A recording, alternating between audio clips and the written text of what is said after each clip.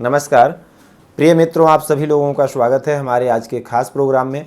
आज के इस वीडियो के माध्यम से हम लोग चर्चा करेंगे बहुत ही महत्वपूर्ण विषय पर।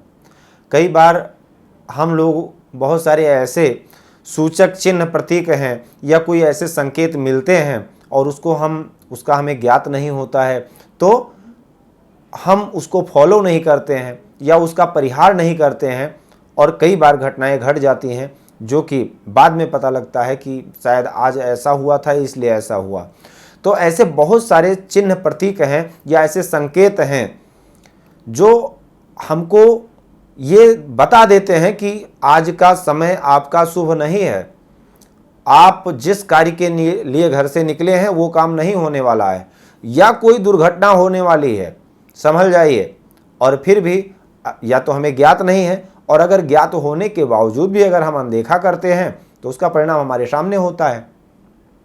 देखिए, जो सत्य है वो सत्य है, हम माने या ना माने। अगर मानेंगे तो ठीक है, नहीं मानेंगे तो भुक्तभोगी बनेंगे। तो आज का जो ये वीडियो है, इस वीडियो के माध्यम से हम बताएंगे कुछ ऐसे संकेत जो घर से निकलने के बाद अगर मिलते हैं तो प्रयास कीजिए कि उस समय पर यात्रा ना करें, या जिस भी कार्य के लिए आप घर से निकले हैं, चाहे आप ड्यूटी ही क्यों ना जा रहे हों, प्रतिदिन की तरह, तो आकर के घर वापस आइए और उसका परिहार कीजिए। परिहार भी मैं बताऊंगा कैसे करेंगे। परिहार कीजिए, उसके बाद 10-5 मिनट बाद फिर वापस जाइए, क्योंकि शकुन अपशकुन दोनों मायने रखते हैं। ऐसा ना हो तो माना क्यों जाए, शगुन या अपशगुन। तो अपशगुन क्या है, किस प्रकार से है? मान लीजिए, बुजुर्गों की कहावत है अवध भाषा में कि सरफर सांप गांव के तेली, विधवा नार मिले अकेली, आगे मिले विप्र जौ काना, बड़े मुश्किलन उबरे प्राणा। आप समझ में आ गया होगा, पूरा 4-6 संकेत इसी में दे दिया गया है कि अगर ये संकेत मिलता है तो समझ जाइए आज प्राण खतरे में है, बहुत बड़ी घटना दुर्घटना हो सकती है। अगर आप घर से निकलते हैं, निकलते समय सरफर सांप, आपका सांप रास्ता काट देता है तेजी से स्पीड में निकल जाता है आपके रास्ते से आगे, तो समझ जाइए कि आज समय ठीक नहीं है, रुक जाइए। और अगर गांव के तेली, अगर तेली भी मिल जाता है तो उसको भी अपशगुन मानते हैं। तीसरे नंबर पर विधवा औरत अगर अकेली मिलती है तो अपशगुन है। अगर और औरतों के साथ है तो अपशगुन नहीं होगा, अगर वो अकेली है तो फिर समझ जाइए। आगे मिले विप्र जौ काना, ऐसा ब्राह्मण मिल जाए जिसकी एक आंख खराब हो तो बहुत बड़ा अपशगुन है।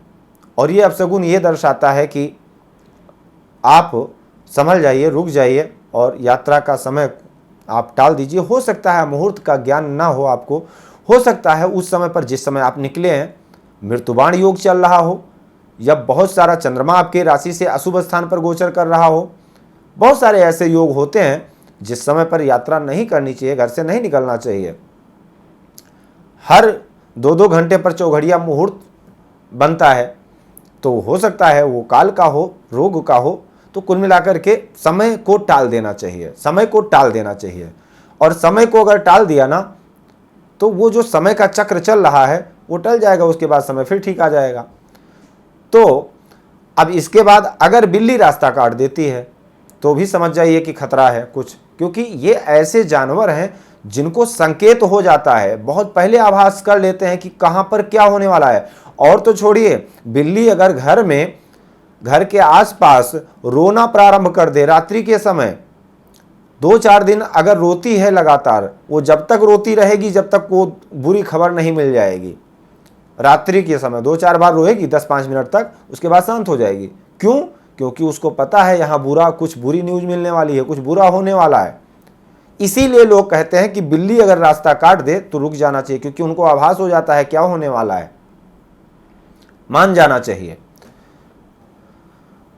ये अंधविश्वास नहीं है, बल्कि एक ऐसा, आप चाहे विज्ञान समझ लीजिए, चाहे बुजुर्गों का ज्ञान समझ लीजिए, या बहुत सारी ऐसी शक्तियां हैं जो जैसे गिद्ध को 100 योजन तक दिखता है, बहुत आसमान, ऊंचे आसमान में उड़ते रहते हैं और उनकी नज़र जो है ज़मीन पर होती है, कहाँ पर जानवर मरा है। तो कहने का तात्पर्य है हर इंसान के या हर पक्षी के पास नहीं है वो दृष्टि 100 योजन तक देखने की। तो ऐसे ही बिल्ली के पास है, कुत्ते के पास श्वास की है, नासिका, वो सूंघ करके अपना पता लगा लेते हैं कहाँ पर क्या है। अब अगर कुत्ता भी रोए रात को तो भी समझ जाइए कि कुछ ना कुछ अनहोनी होने वाली है। तो रास्ते में आप घर से निकले, बिल्ली अगर रास्ता काट देती है तो आप समझ जाइए, और कोई व्यक्ति अगर खाली बाल्टी लेकर के आपके सामने आ जाता है, या आप घर से निकले और कोई खाली बाल्टी आगे रख दिया है, तो भी ये इतना बुरा तो नहीं है, लेकिन हाँ ये ज़रूर दर्शा रहा है कि आप जिस काम के लिए जा रहे हो वो काम आपका नहीं होगा, या अगर आप धन प्राप्ति के लिए जा रहे हो तो आज खाली लौट करके आओगे, ऐसा कह सकते हैं। तो इस प्रकार से इतने अगर अपशगुन हो जाएं तो घर वापस लौट आना चाहिए, घर से निकलते समय जहां पर भी अपशगुन हो जाता है। और एक बात और है, ऐसा नहीं कि मतलब आप जब अपने मंजिल तक जब तक नहीं पहुंचे तब तक आप घर से निकले और ज़्यादा से ज़्यादा कम से कम लगभग 100 मीटर दूर तक अगर आप गए हैं और ये अपशगुन हो गया है 100 मीटर के अंदर, तभी ये मान्य होगा। ऐसा नहीं है कि आप 10-20 किलोमीटर निकल गए हैं और कुछ बिल्ली ने रास्ता काट दिया तो अपशगुन हो गया, ऐसा नहीं है।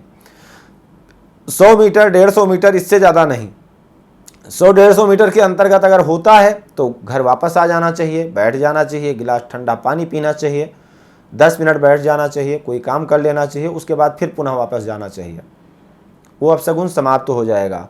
और घर से निकलते समय अगर कोई टोक देता है आपको पीछे से, अगर कोई पीछे से टोक देता है भैया कहाँ जा रहे हो, तो भी बड़ा अपशगुन है। ये दर्शाता है कि आपका काम नहीं होने वाला है और चोट चपेट भी लग सकती है। इसके साथ साथ अगर कोई व्यक्ति, आपको किसी ने या तो टोक दिया है या फिर कोई छींक देता है, अब इसमें भी अलग अलग भेद है। अगर एक बार छींकता है तो समझ जाइए अपशगुन है, लेकिन वही छींक अगर 2 बार हो जाती है तो अपशगुन का प्रभाव कम हो जाता है, खत्म नहीं होता है, कम हो जाता है, ऐसा विद्वानों का मत है।